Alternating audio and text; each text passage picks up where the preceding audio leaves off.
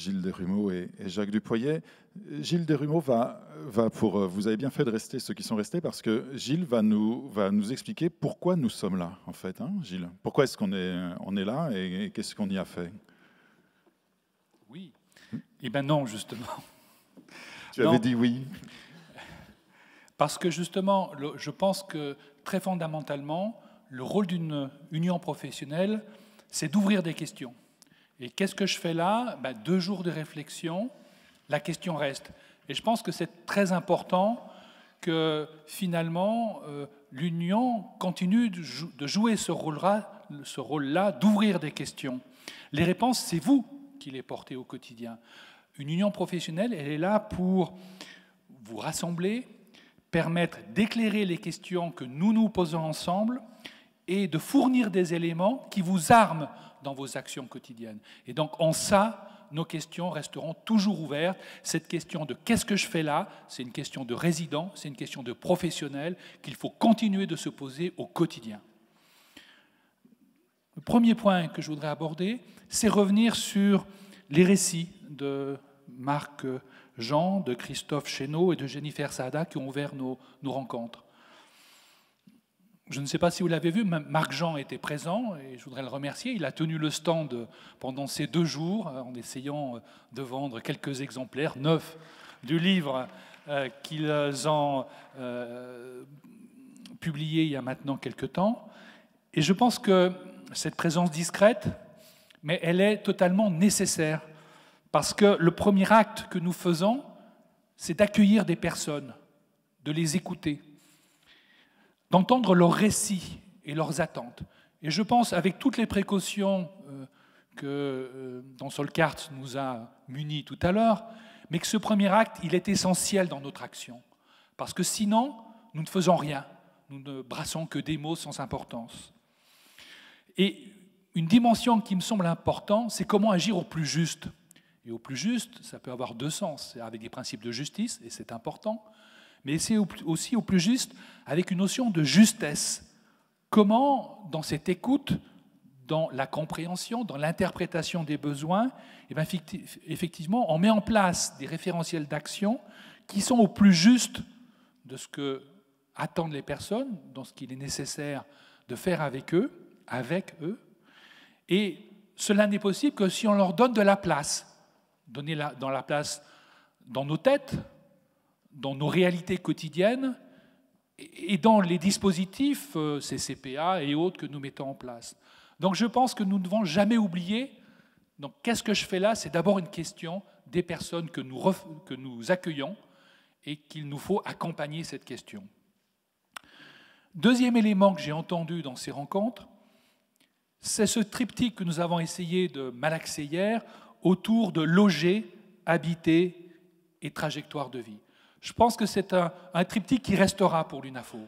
Pourquoi? Parce qu'on l'a bien vu, la notion du logement, elle est essentielle, parce qu'on fournit un toit, une intimité, la possibilité à des personnes de reprendre confiance en elles-mêmes, de s'approprier des logements. Mais que ce n'est pas suffisant si en même temps on ne permet pas aux personnes d'habiter, d'avoir une adresse, un environnement, de participer à une ville, d'être citoyen.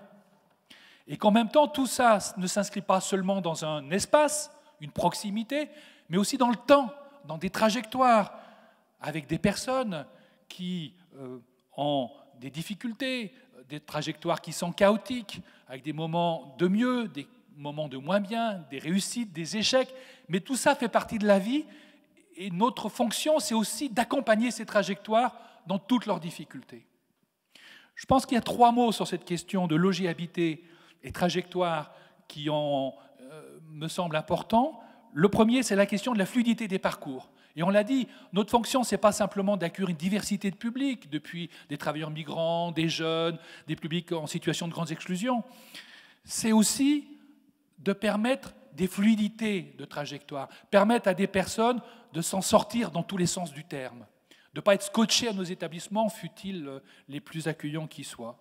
Et donc cette question de la fonction de nos établissements est essentielle, même si on l'a dit, il s'agit aussi de permettre à des gens qui veulent tout simplement se poser, être là, eh bien de pouvoir le faire, et cela est nécessaire. Deuxième mot qu'on a employé important, c'est le mot d'accessibilité. Il s'agit aussi de permettre à des gens d'accéder. Et ce mot est fort, accéder. C'est-à-dire d'avoir la plénitude de leurs droits à un logement abordable, à des droits à la santé, au travail. Et donc notre fonction d'accompagnement, c'est une fonction de permettre cet accès. Et donc autour de l'accessibilité, je pense qu'il y a un nœud de questions aussi essentielles. Troisième question difficile que nous avons posée dans un certain nombre d'ateliers, c'est la question du choix. Comment permettre à des personnes de choisir le lieu où ils vivent? Dans une situation de pénurie, c'est une question difficile, mais on l'a vu aujourd'hui, nos systèmes d'attribution, les questions des réservations interrogent ces questions-là, et il nous faut réfléchir sur cette nécessité, effectivement, de ne pas assigner des gens à résidence, mais de recouvrer une forme de liberté ou de possibilité de choisir. En tout cas, il y a là une dimension sur ces actions de loger, habiter et trajectoire de vie essentielles. Troisième point que je voulais aborder, c'est toute la question liée à l'accompagnement proche des besoins. On l'a dit, l'accompagnement, c'est au cœur du logement accompagné, et en même temps, ce n'est pas du logement plus de l'accompagnement. Il y a un paradoxe, c'est-à-dire qu'il nous faut faire un effort d'intelligence, de renouvellement des formes d'accompagnement social qui permettent de succéder à des formes un peu épuisées d'action sociale. Et là-dessus, il y a deux écueils. Le premier, c'est de laisser les personnes se débrouiller sans protection, sans soutien, et ce n'est pas ce qu'on veut. L'autre écueil, c'est au contraire d'enfermer les personnes dans nos établissements en mettant en œuvre des formes d'accompagnement, de prise en charge qui finalement confortent l'entre-soi. Donc comment est-ce qu'entre ces deux écueils, on fabrique des formes d'accompagnement un peu originales qui s'appuient sur des constellations de réponses dans et en dehors de nos établissements, qui permettent aux personnes d'avoir les soutiens dont ils ont besoin, de fabriquer leur propre chemin. Ce que j'appelle moi cette force des maillons faibles, elle est aujourd'hui essentielle. Et donc l'UNAFO, en 2015, essaiera d'approfondir ces discussions. On l'a commencé aujourd'hui avec un travail qui est mené avec les acteurs du logement accompagné sur les formes de mobilisation de l'accompagnement social. Mais l'UNAFO, il y a une nécessité aujourd'hui à avoir une réflexion renouvelée parce que c'est à la fois au cœur de nos métiers, et on le voit bien, on bafouille, on essaye d'inventer des choses, et si on bafouille, c'est parce qu'on voit qu'il y a des modèles nouveaux qui sont en train de se préfigurer et que les différents ateliers qu'on a eus pendant ces 2 jours en sont l'illustration. Et le terme, pour le coup, d'ensemblier d'accompagnement social est une notion qui permet justement de résoudre cette espèce de contradiction en disant on n'enferme pas les gens uniquement dans nos établissements. Autre point, quatrième, je crois, voilà, quatrième, que j'ai entendu, qui est revenu à plusieurs fois dans le débat avec Jean-Claude Drillon hier et dans des ateliers, c'est fabriquer des projets à taille humaine. Et ça, on l'a dit hier, on est passé d'une période où on était dans des publics déterminés de manière un peu administrative avec des réponses industrielles. Et on fabriquait du FTM, du FJT, du CHRS, etc. Et les solutions étaient, je veux dire, monopublic, monofonction, monoréponse.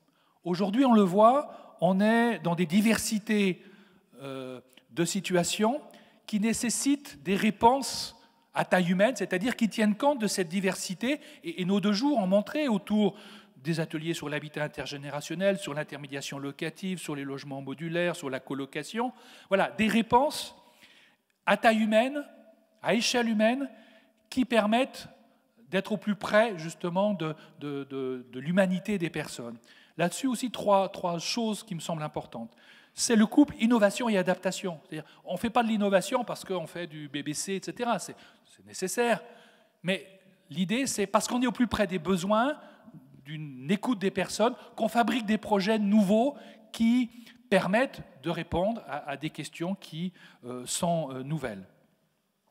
Deuxième élément, c'est que, justement, il n'y a pas un dispositif, il n'y a pas une forme de réponse. À chaque fois, on compose, donc on n'est pas simplement ensemblier d'accompagnement social, mais on est compositeur d'une certaine manière, chef d'orchestre, parce qu'il faut composer avec des dispositifs, des modes de financement, des partenaires à chaque fois différents.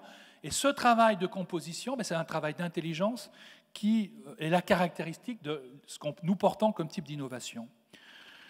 Troisième élément, c'est comment est-ce qu'on articule une diversité de réponses sur les territoires, et c'est nécessaire, je l'ai entendu encore dans ces tables rondes, d'agir localement, mais aussi de penser nationalement. C'est-à-dire d'articuler ces actions locales avec une discussion nationale, une diffusion, on a parlé de visibilité, de lisibilité. C'est vraiment des choses importantes parce que sinon on dissout les questions, on les renvoie au local, à des trucs un peu sympas qui sont faits à droite, à gauche, mais du coup on en perd les enjeux, on en perd notre responsabilité. Or notre responsabilité, c'est de dire, effectivement, on agit au niveau local, mais on a la capacité, collectivement et nationalement, de porter des besoins, de dire on a les besoins de faire ceci ou cela.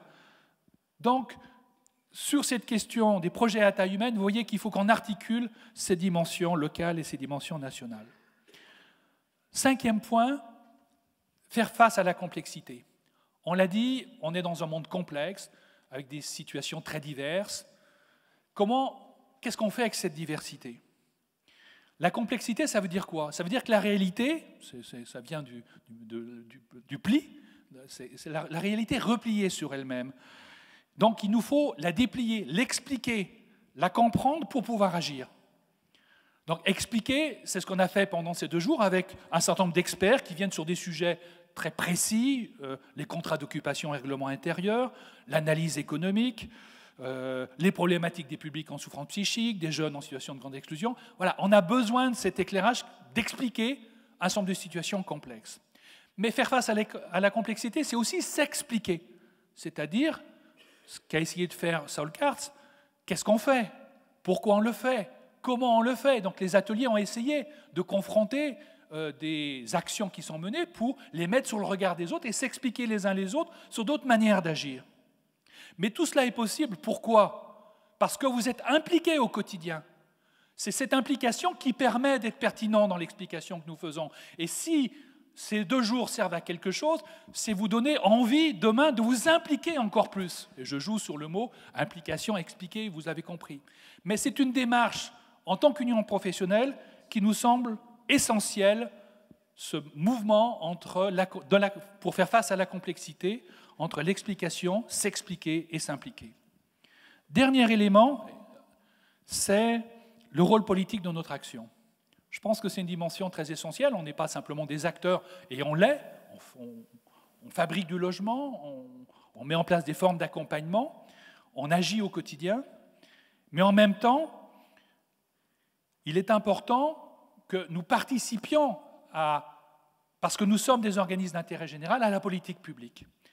Et nous sommes pertinents de le faire parce que nous agissons, parce que nous avons l'intelligence de ce que nous faisons. Et c'est ça qui nous rendra visibles et lisibles. C'est parce que nous agissons, parce que nous sommes capables de rendre compte de ce que nous faisons, que nous serons entendus par les politiques. Quels sont les enjeux aujourd'hui? On l'a dit, c'est contribuer, soit en tant qu'UNAFO, soit en tant qu'acteur de logement d'insertion, à un certain nombre d'outils aujourd'hui dans lesquels se joue la question des programmations, que ce soit sur la production de logements, que ce soit sur les moyens d'accompagnement sociaux, que ce soit sur les questions de santé ou autres. Il y a là des marges de progrès très importantes, parce que c'est vrai qu'on est plus habitué à agir, on est plus habitué éventuellement à se plaindre, mais contribuer à des politiques, se rendre visible, lisible, dire là il y a besoin de nous aider, il y a besoin de moyens, ça c'est vraiment une posture qu'il faut qu'on puisse renforcer au sein de l'UNAFO. On a commencé avec Force Recherche Sociale à essayer de vous armer par rapport à ces contributions nécessaires, notamment en diagnostic à 360 degrés. Il faut poursuivre ce mouvement-là. Le deuxième élément, c'est effectivement que l'UNAFO, jusqu'à maintenant, ça a été essentiellement une union nationale. Et il faut qu'on arrive à structurer mieux nos interventions au niveau régional. Alors, on a commencé à le faire, notamment sur la question des CRHH qui aujourd'hui sont en train de CRHL qui sont en train de se mettre en place. On va avoir dans toutes les régions où nous sommes implantés en tout cas des candidats que nous allons proposer au préfet de région. Donc cette dimension de présence dans un certain nombre de lieux essentiels que sont les CRHH, que sont les PDLPD, nouvelles modalités du PDLPD, voire les PLH, Je pense que là, il y a vraiment un enjeu très important dans notre structuration d'union professionnelle à renforcer, à donner des outils pour que vous puissiez être représentés, puissiez être présents dans un certain nombre de débats. Et puis, dernier élément, c'est effectivement la nécessité de renforcer nos capacités d'intervention au niveau national, c'est-à-dire sur des questions essentielles qui sont des questions liées à la mise en œuvre de la politique de l'hébergement et de l'accès au logement. Il faut que nous continuions à être présents, que nous continuions d'alimenter la réflexion. Prochainement, il y aura un débat sur les pensions de famille, et pour nous, c'est essentiel que ce besoin-là continue d'être développé, parce que les premières évaluations auxquelles j'ai participé montrent que c'est vraiment quelque chose de robuste et qu'il faut poursuivre. Mais sur une quantité d'autres sujets, il faut que nous continuions à peser sur les débats législatifs, sur le dialogue avec l'administration dans les différents décrets et avec la DIAL dont nous avons salué l'arrivée avec Sylvain Mathieu comme nouveau délégué, effectivement entretenir un dialogue fructueux. Je voudrais dire que cette dimension politique de l'UNAFO, elle me semble à moi essentielle. Qu'est-ce que c'est que la politique finalement ? Je voudrais reciter, parce qu'on nous a dit qu'il faut lire tout à l'heure, donc je vais recycler mes lectures, notamment Platon. Platon prenait deux métaphores pour définir la politique dans son livre qui s'appelle « Le politique ». Le premier, c'est celui du berger. Le politique, ça serait celui qui mènerait un troupeau de moutons ou de bœufs, on ne sait pas. Vous n'êtes ni des bœufs ni des moutons, donc nous n'avons aucune vocation à vous guider dans la voie, certainement, du bien qui est celle que nous poursuivons. Une autre métaphore que je reprendrai pour finir mon propos, c'est celle du tissage. Platon nous dit, faire de la politique, c'est tisser un tissu social solide. C'est entrecroiser des fils de chaîne et de trame avec des vies humaines, des besoins, des projets, des dispositifs, des coopérations.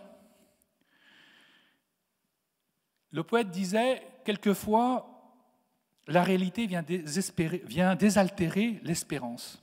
Quelquefois, la réalité vient désaltérer l'espérance. En une période où l'on peut être quelquefois amené à désespérer de la politique, je pense que ce que vous faites, ce que nous faisons, ce que nous avons fait pendant ces 2 jours, donne à espérer sur la qualité du tissu social que nous nouons au quotidien. Merci de votre attention.